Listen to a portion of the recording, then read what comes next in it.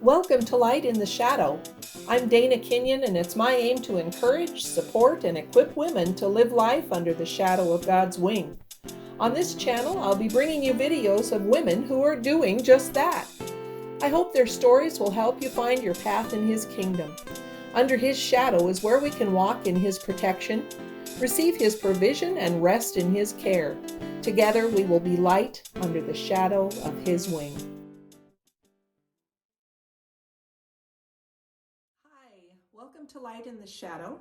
This week we're interviewing my friend Sawyer Poitra. Sawyer is the CEO of the Women's Resource Center here in Gillette. So welcome. Hi, thank you so much for having me. You bet. So Sawyer, tell us a little bit about yourself. Yeah. So, like she said, I'm Sawyer Poitra, and I'm a wife and mom. I have been married to my awesome husband Zach for 11 years, and we have 3 children. I have a 14-year-old daughter named Rylan, a 13-year-old daughter named Emma, and a 10-year-old son named Eli. That's a busy life. Yes, very busy. You've got a busy job, and then you've got a busy home life as well. So if you back up a little bit, why don't you tell us a little bit about your background? How did you grow up and that kind of stuff? Yeah, I am a Gillette native. There's not too many of us around, it seems like. So I grew up here in Gillette, went to school here, and have lived here my whole life. I've never actually moved away. And so I grew up with a stable home. I had mom and dad at home, but it was not a Christian home.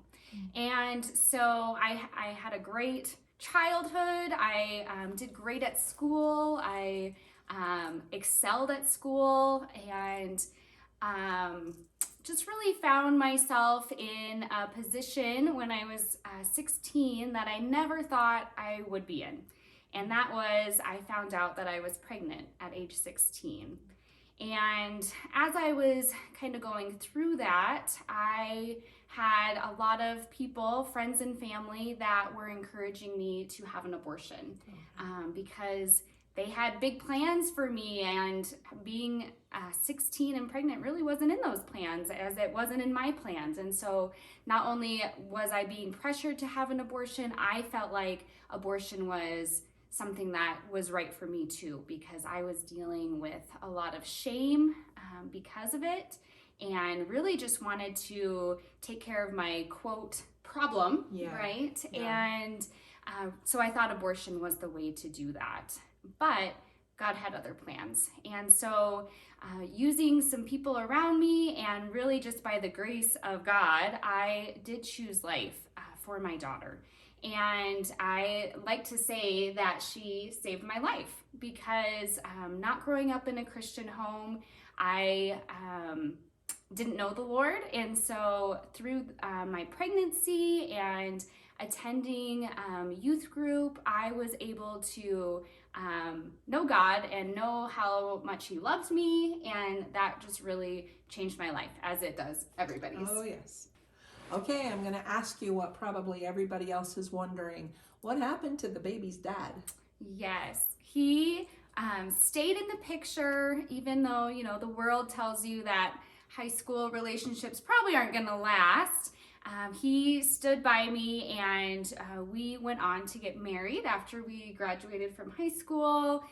My daughter was 4 years old when we got married, and so we've then been married for 11 years now. Nice. He's the guy you've been married to all along. Yes, so he is the guy, and that's not always the ending for everybody, but we have worked hard to make it work, and really just having God as that foundation has been essential. So he is there, and he grew up a Christian. And so he had that solid foundation, and we have attended church together ever since before we were married, and actually even helped to plant a local church here in town. Oh, wow. Yeah, so through that, God really gave me a heart for just evangelism, and especially with me not growing up in a Christian home, it really just gives you that passion to tell everybody the good news and tell others about how God can change your life, because I saw it happen in my life. And so we really had a heart to help plant that church, and just really seeing it through the lens that our mission is right here. I've heard a quote that really has just kind of stuck with me, that our mission field is right where our feet are. Oh, nice. Yeah. And so I like that. God really just puts you right where you are, and that's who you're supposed to minister to. And so we have really stuck with that throughout our marriage, helping plant a church, in ministry that we're working in now. Just really have it on our hearts that whoever God has in front of us, that's who we are to minister to. That's fantastic. That's fantastic. I love that. Okay, so what was it that drew you to Women's Resource Center? Yeah, so after I graduated from high school, I went on to nursing school here in Gillette at the community college. And so I was able to get that nursing degree here to be able to provide for my daughter, which was a great accomplishment. And through that, I met friends, and after graduating, I had a friend that let me know that there was an opening at this place called the Women's Resource Center, and I had never really heard of it and really didn't even know much about it, but they told me that it would be a perfect fit for me because they knew my story. And so I went there and applied for the nursing position because I had just I had gotten my nursing license, and so that's how I started there, was as a nurse. And so I got trained in ultrasound and was able to be a nurse there, and I did that up until I transitioned into the CEO position about 4 years ago now. Oh, wow. Okay. Yeah. Kind of young to be a CEO. Yeah, so that was definitely a growing moment with the Lord of just trusting Him with my future, because I don't think anybody really dreams of being a director of a pregnancy center. That's not really the plan that anyone has, but God has just really shown me all along the way as He gave me more and more leadership opportunities, whether it was at church or at work, that He would equip me for that, and that He would have that for me. Yes. Yeah. Ephesians talks about Him equipping us ahead of time, that He's already planned out our steps before we even were born. Yes. So, so you told me a little bit about transitioning into being the CEO, but what were your duties as a nurse? Yes. So as a nurse, I got to be directly with the patient. And so we would go over all the health information. We would be able to do pregnancy tests and be able to confirm pregnancy with the ultrasound. Yes. And then also we would be able to get them equipped with the resources that they would need. And so it's really about meeting them right where they are, right? And getting them the information that they need to be able to choose life, because that's why they're coming there. Right. And so it really drew me into there, because I love to be able to see that transformation. And I get the privilege of getting to see them go from scared and full of shame and fearful for what their future might be like, transforming from all the information that we're able to give them all the way to being able to say that they want to have this baby and that they choose life. And so I love to see that, because that's, to me, just God confirming in me, that just showing me that fruit that when we have faith in Him and trust in Him, that we get to see these results. Okay. Well, how do you see that happening in the women? Yes, and so we get to share with them that they are loved and they are treasured, and every patient that comes into the Women's Resource Center is presented the gospel. Oh, and nice. Yeah, I love that. How amazing is that? I needed that when I was going through a pregnancy, and how powerful it is to be able to know that God has a plan for them and that they are so loved. And So we get to see that transformation happen, not only from being able to present that gospel to them, but then also being able to kind of walk through that pregnancy with them. So we have that clinic side of the Women's Resource Center, but I also got the privilege of kind of walking alongside them through a few other programs, such as Earn While You Learn, where we get to educate and equip them to be the best parents that they can be. Yes. And then taking it a step further about other programs and referrals that we are able to do. Okay, so what are some of those resources that you're able to offer people? Yeah, we in Gillette, Wyoming have a great community of support. Yes, it is just do. amazing. And so we have so many different nonprofits or county agencies that are super helpful for women that are going through being pregnant or single and pregnant. And so one of those, of course, is Public Health, and they help with a lot of different areas, but especially with insurance and WIC and those areas, so that they can have that financial stability. And then Climb Wyoming is one of my favorites. I love Climb Wyoming. Yes. Tell about Climb. Climb Wyoming, they are able to train and equip single moms so that they're able to have a good paying job that can provide for their family. And it's really a great support system for them. It's so much more than just a job training program. Yes. And so it's specific to single moms, and it is an amazing resource that we kind have. of teaches them some life skills too, doesn't Yes. it? To know how to do like an interview and how to present yourself at work and that kind of thing. Yeah, definitely. So. And we have, of course, a great Salvation Army in town that helps with material assistance, or and they can even help with some financial situations, whether it's paying for utilities or rent for a month. They've had a lot of like food drives and stuff, especially with COVID and stuff going around, and so they are a wonderful resource to be able to refer to. Okay. But also one of our best resources in town is churches. And the Women's Resource Center is really supported by a lot of the churches here in Gillette and surrounding area churches.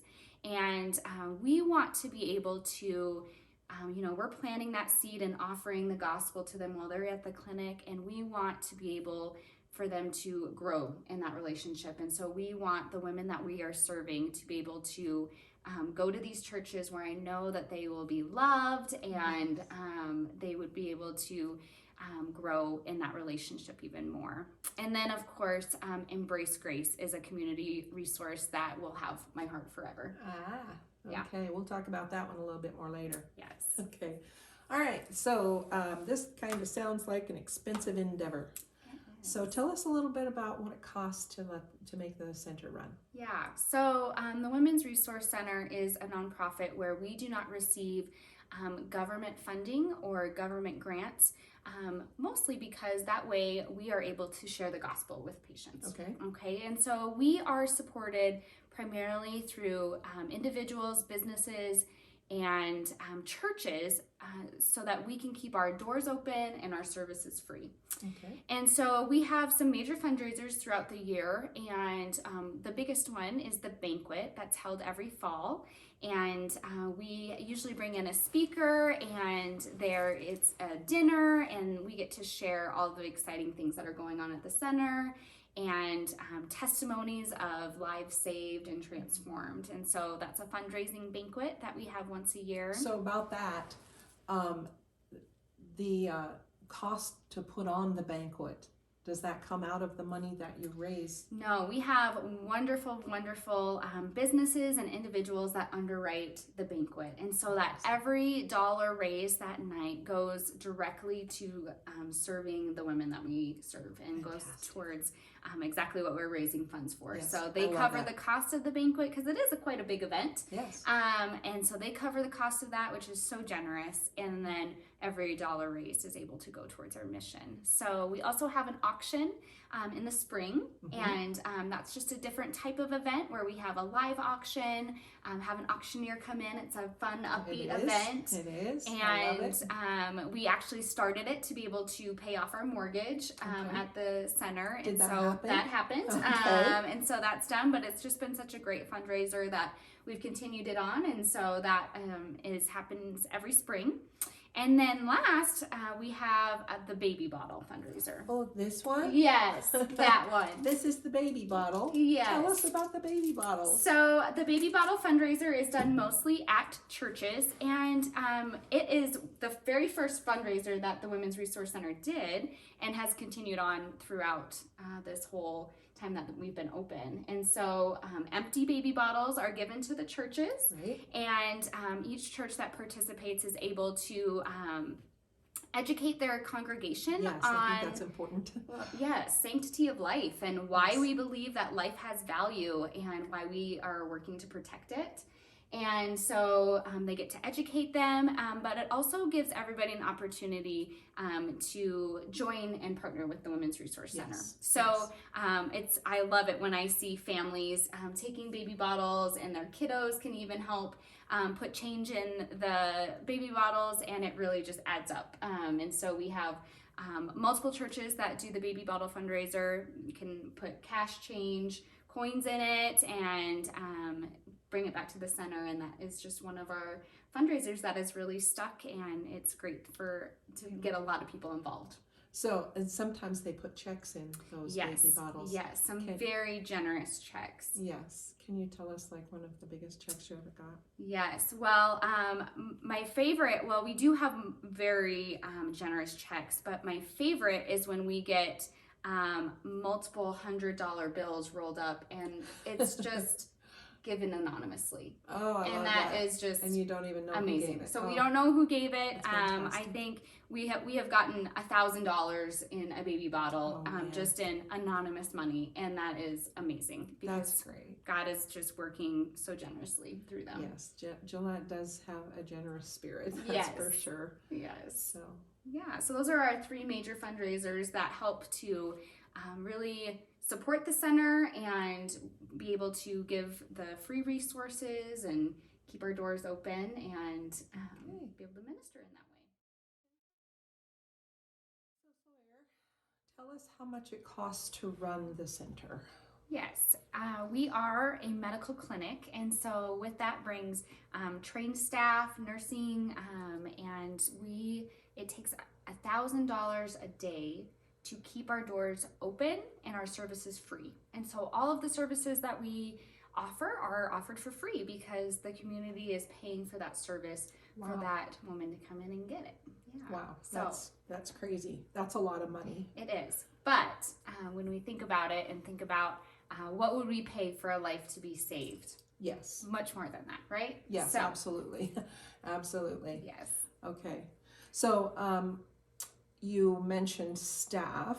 So you have paid staff, nurses and office personnel and that kind of thing. Yeah. What other kind of personnel does it take to run the center? Yeah, it takes a lot of people for the Women's Resource Center to work. And so we rely heavily on volunteers. And so there's a lot of different volunteer positions available. And one of them is the role of an advocate. And so I got to do that for a while. That is the person that is actually meeting directly with the patient and is able to really have that conversation with them and see about their support system and offer them the gospel and pray with them. And so that is an awesome volunteer position to be able to get involved with at the center. But there's others as well. That was actually one of my favorite things that I've ever done, is to be an advocate there and to be able to pour into the lives of those women, be able to share the gospel with them and that kind of stuff. So So that's what's got my heart. Mm-hmm. Yes, and that is one of my favorite positions to pull, especially great leaders into, because that is a great place to be able to minister to directly to the women. But we have other places to volunteer as well. The education side, Earn While You Learn, we have volunteers that facilitate that, and so that is a volunteer position. And then of course we have a board of directors, and those are all volunteer positions that help lead and guide the center. And also just any other events that we do, there's volunteers at the events. Right. And It helping takes a lot of people to put those banquets and stuff on. Or even, just to be able to pick up and take baby bottles to the churches, having kind of that church liaison, and so lots of different volunteer positions, and it really it takes a group of us. It's not just the staff by any means. It's not just me. It really is a group effort. Right. That's for sure. Yeah. Earlier in the program, you talked about an organization called Embrace Grace. Yes. And you said that will have your heart forever. It will. Why is that? I love Embrace Grace because its mission is to really equip the church body to surround single and pregnant moms so that they feel loved and supported, and it really gets them connected to the church. And so it's a program that is run through a church. Right. It's a national program, but we have had one in Gillette for the past 6 years now, and I started the first one in Wyoming. Okay. And so that was a big step for my leadership, is starting that ministry here, and it was just really on my heart, because when somebody is going through a crisis, we want them to be able to run to the church. Exactly. Right? Like, yes, that's absolutely where we want them to go, because we know that Jesus is the answer. Yes. And so that's where we want them to go. But what seems to happen a lot is they feel like that's the last place to go because of shame or condemnation. Yes. Or all the different feelings that kind of go along with that. And so specifically with the pregnant and single moms, we want them to know that their life isn't over. God has a plan for them. Right. And so they get discipled through a 12-week program. Okay. And it's all Bible-based. Mm-hmm. And at the end of that 12 weeks, they get this extravagant baby shower thrown for them from people at that church. And so you get to adopt a mom and purchase gifts for her and just surround her at the baby shower, and just it's just a great picture of grace for them. You know, they don't know these people, they don't deserve this stuff. It is just lavished upon them. And so that is one of my favorite days, is the Embrace Grace baby shower day, just because it is such a beautiful picture. But Embrace Grace is something that I wish I would have had when I was going through my unplanned pregnancy. Yeah. And so it's just something that God has really put on my heart, and of course wanted me to lead here, because it's something that this community needed. And you know, through the 5 years that I led it, we had over 30 single and pregnant moms come through, and many of them made decisions to follow Christ, and really just saw a lot of transformation through that. And so it's amazing. Yeah, that's fantastic. So just to clarify, so you start a program, and it's a 12-week program. Single pregnant women join this program. Mm-hmm. They get discipled through biblical teaching. Right. Do you provide meals for them? Yeah, each group is a little bit different. We kind of did it different as we grew and how we did it. First, we started with snacks, but then we did provide meals for them, because we want them to come and not have to worry about dinner. And right. So that was a volunteer place that someone could help with that ministry, is provide a meal for these moms, and just a great way to get others involved, and they could just show up and not have to worry about anything. And I think eating together in general, when you eat with a group of people, it really does solidify that fellowship with each other. Yeah. So that's pretty cool. 12 weeks, and then they get their baby shower. Yeah, they get their baby shower, and the hope is by the end of it that they are, they're growing in Christ, and they are wanting to get more plugged in with a church. And so there's so many great churches to choose from, and so part of it is just really getting them plugged into a church that fits for them, and really impressing upon them how important it is to become part of the body as they are growing in that. Yeah. It is a support. It is the support system. Right. So, yes, that's fantastic. And I think the church is doing a better job these days of enveloping people and welcoming them, and not shaming them for whatever life choices that they might have made. Right. Because we are make all those really sinners, bad right? choices. So, So that makes me happy that Yes. that is the thing. So, Yes. so you have any stories to tell about women who have been through the Women's Resource Center or Embrace Grace, or some just success stories? Yeah, we have so many success stories. It's hard to think of just one, but I think of one that I've kind of got to follow through everything. And so when she came to the Women's Resource Center, she was 18, getting ready to graduate that year, but hadn't graduated yet. Yeah. And found out that she was pregnant and was really just feeling like her life was over. And this, you're anticipating graduation and going off into the world and all that future oriented stuff, and then this news kind of just stopped that in its tracks. Yeah. And so she came into the center, and we were able to minister to her and get her the information that she needed. And I remember she hadn't told her mom yet, and she was really worried about telling her mom. And so we gave her information, let her know that she was not alone, and supported her through that. And she did end up choosing life, and went on to tell her mom, and her mom responded in a way that was more supportive than she had expected. And so that's amazing, because that's not always the case. Right. And then she started Earn While You Learn, which is the educational program at Women's Resource Center. And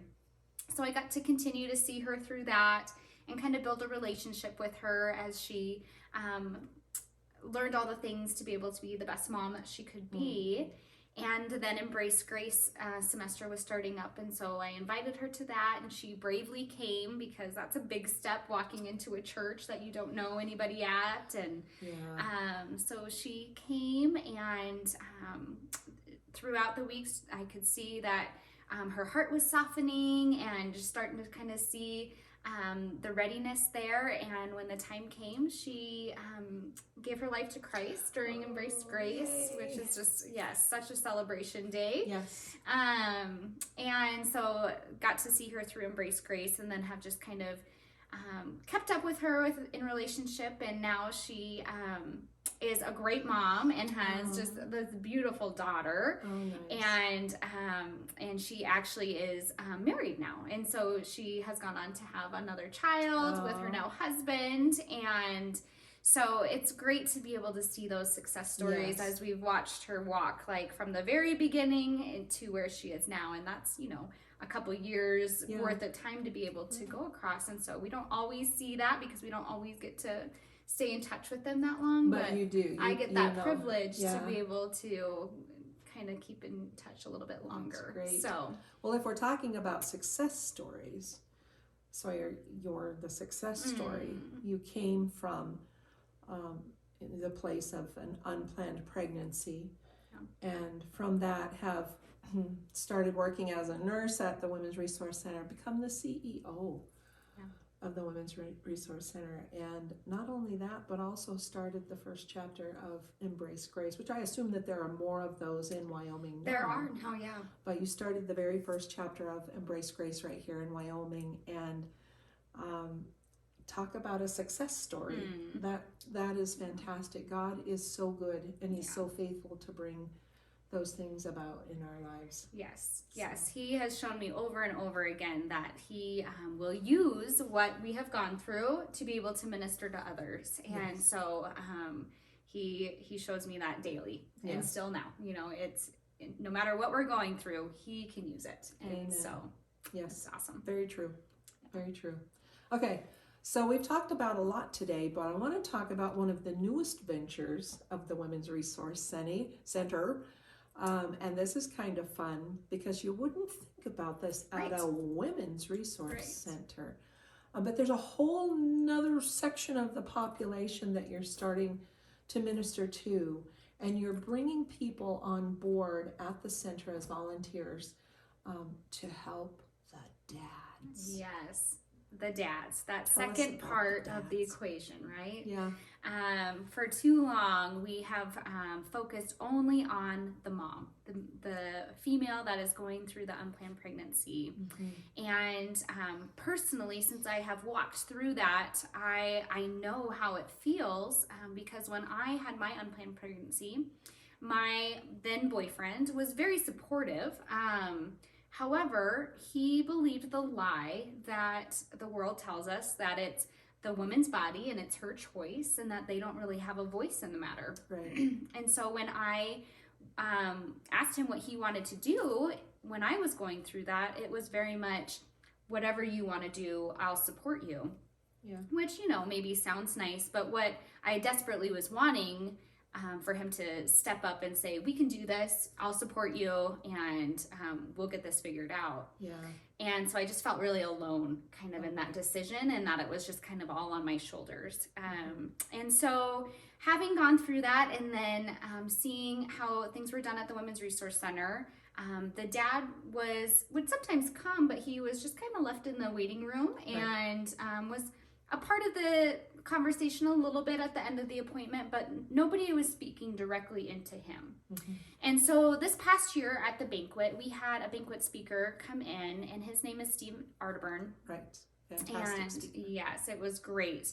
And he has a personal testimony with this as well. When he was younger, he actually paid for his girlfriend's abortion. Yes. And he went on to regret that decision, and it really just had stuck with him and made a huge impact on his life. Yeah. And so he talked a lot about the importance of speaking to the men and letting them know that they have a choice, and how much it impacts the men and not just the women. Right. And so at the Women's Resource Center now, we have started bringing on male volunteers who are going to specifically talk to the men, so the dad, the future dad, as they come into the clinic. And so they're going to get a lot of the same information that the women are getting. They're going to get an opportunity to receive and hear the gospel. And so I think we're just starting it, so we don't have a lot of data to support it right now, but I already know that it's going to make such a difference, because I think these men desperately want to step up. Yes. And just feel like they can't. And so we get to just encourage them in that, to say, it's okay for you to say, we want to be supportive and we want to help. And we want to have our baby. Yeah, we want this baby to be here. And so we're really excited about that, and starting that at the center, and really just having that to be part of the focus. As a pro-life movement in general, I think we've really started moving in that direction. When, at first it was very much save the baby, and it was very much focused on saving the life, which that's still a focus, right? Yes, absolutely. Then it kind of moved more towards the lingo of save them both, and really seeing what the women's needs were out of it, and how to meet her where she's at and love on her so that she can feel supported and equipped to be able to choose life. And now we're moving towards love them all. Yes. And support them all. Yes. And it's a family unit. Yes. And we believe that God wants abundant life for all of them, not just for this baby that we want them to choose life for. Right. He wants abundant life for all of them. Yes. So we are excited about this new. Yes, that's very exciting. And that all kind of came about like right around that same time as the banquet this year. Yeah, it fit really nicely together. Having Steve Arterburn talk into the men's lives at the banquet probably helped a lot, helped to inspire some of them to step up and take that position. Definitely. To help. Yeah, because up to this point it has all been to the women. So yes. Oh, that's fantastic. That's fantastic. Okay, I have another thing that I wanted to talk about. Okay. Because we've talked about the options of abortion and the option of raising your child or keeping your child, not aborting, I guess. Yeah. But we haven't talked about this other option, which is adoption. Yes. Now, adoption has touched both of our lives. So tell us at the center how we approach women concerning adoption. Yeah, adoption is such a brave choice. And it is a choice. It is an option. And so sometimes, it just feels like it kind of gets glossed over. It's either abortion or parenting. But adoption is a real option that people can choose. And the way we approach it at the center is really about how we are wording things, because unfortunately there's still a stigma around adoption. Yes. We think about it in back when it used to be very much feeling like you were giving up your baby. Yes. And that it was something that you just shouldn't do because you're giving up, and you're just, that's the language that they used to use. And so, yeah, who wants to say, I gave up my baby? Yeah. When in reality, you placed your baby with a loving family. Yes. And like, those words just evoke different emotions. Mm-hmm. And so we're very careful about how we are wording things and really empowering them that adoption is a brave choice, and it is different than it used to be. There's open adoptions, Yes. and there's different fantastic. type of adoptions, and you get to be a part of that decision and choose the family that you're going to place your baby with. And yes, even choosing the very family. Yes, and so you get to be involved in that as much as you want. And so adoption looks a lot different than it used to, and Yes. it is all about presenting it in a way that is empowering to the mom facing that decision. Yes, yeah, it's important. It is. But because it is a very brave decision to make. It's a very hard one. Definitely. I remember a woman when I was an advocate who thought that if she was to give up her baby for adoption, that they would place that baby in an institution. She would go right to foster care, and she didn't want her child being raised in the foster system. But it's not that way at all. No. And I had the privilege of telling her, no, it's not like that. That's not how it works. You get to look through all these options for parents that you would, that you could pick your own, the family that you would think would be the best fit for your kid. And it's so much different these days. And there's so many families that are wanting to adopt, and True. So it really isn't the situation of there's just not anybody that would adopt my baby. There's definitely so many families out there that would Right. love that opportunity. Yes, that's true. That's very true.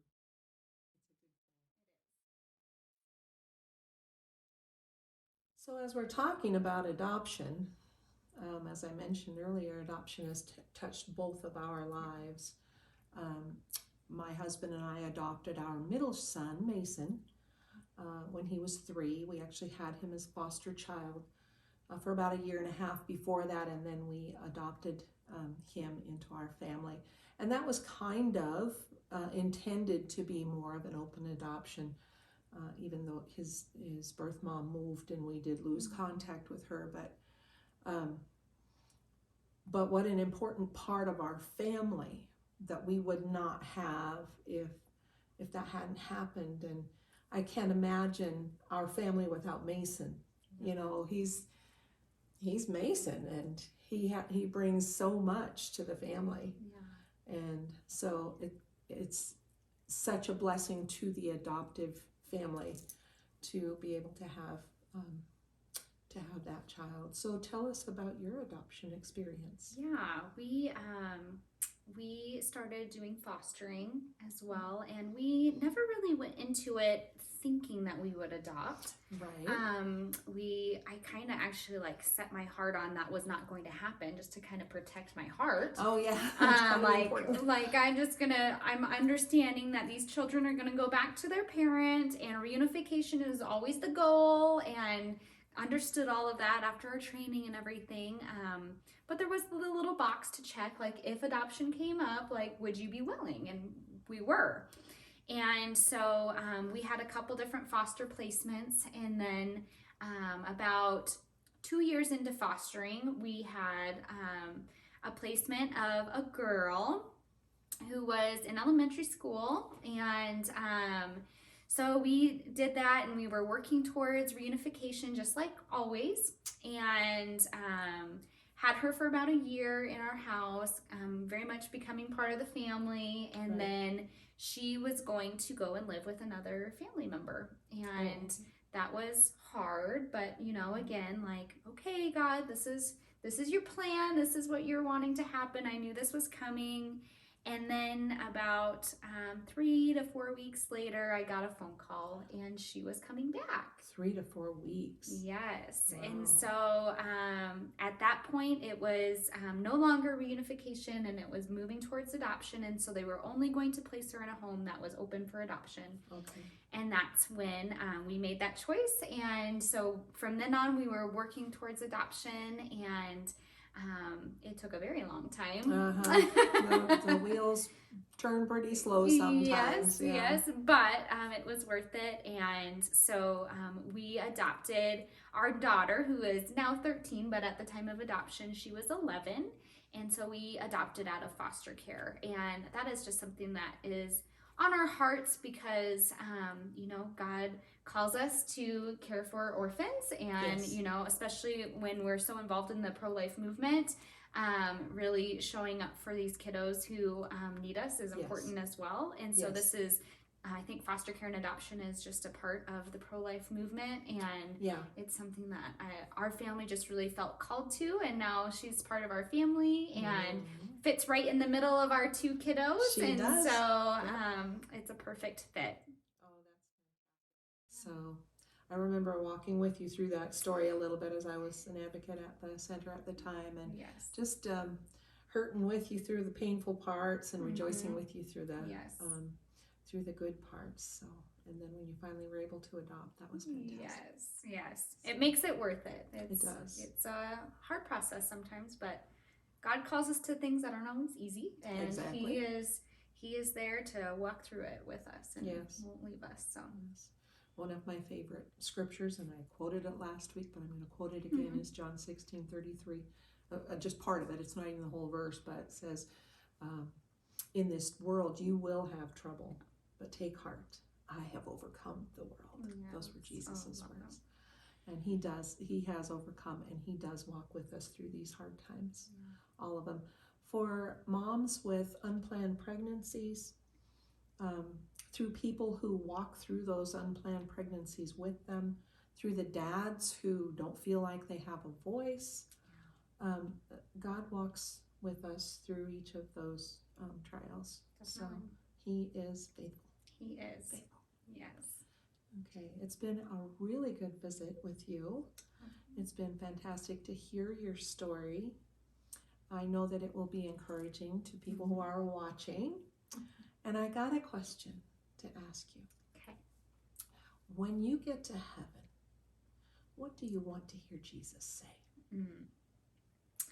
I want to hear Him say, I love you.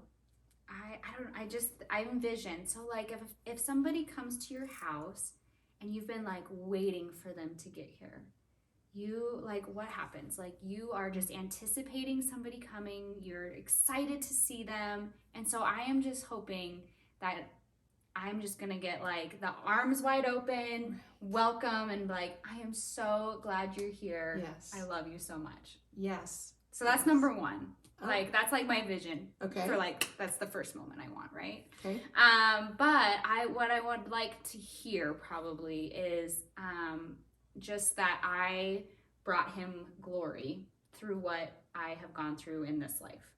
Like, I always want to be showing with my life and with my actions and words, I want to reflect Him. And so I want it to bring Him glory. So whether it's working at the center and using what I have gone through to help save and change others' lives, I want, no matter what I do, to be able to bring glory to Him, because that's what it's about. That is what it's about. It's all about Him. Yeah. He should increase and we should decrease. Yeah. So again, thank you so much for your time and for your story and sharing with us. Thank you for having me. I love you very much. Thank you. Okay.